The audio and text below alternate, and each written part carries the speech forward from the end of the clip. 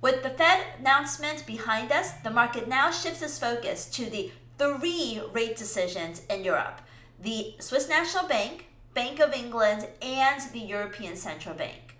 All three central banks are expected to downshift their rate hike cycle. This seems to be the theme that we're seeing all around the world.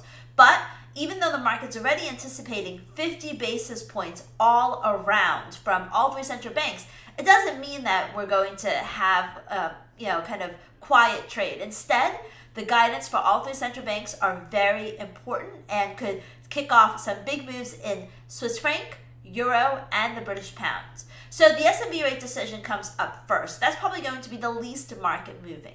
The SNB did raise interest rates 50 basis points in June and 75 basis points in September. Now they're looking for another 50 basis point rate hike. The SNB is moving slower than all the other central banks, but they're in a rate hike mode. Now, with the Swiss franc, it has performed well against the dollar, but it is weaker against the euro.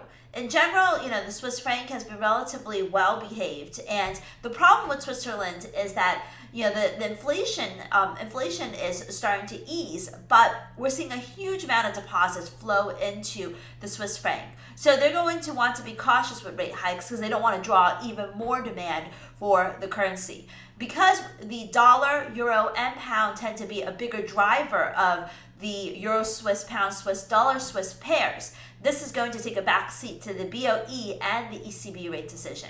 With the BoE, they are also expected to raise interest rates 50 basis points. We had the CPI numbers released on Wednesday, and they did come out softer than expected. No surprise, lower inflationary pressures across the globe. But what's important here is that the UK is projecting slower economic growth and, in fact, a contraction in the economy, and they expect inflation to peak next year.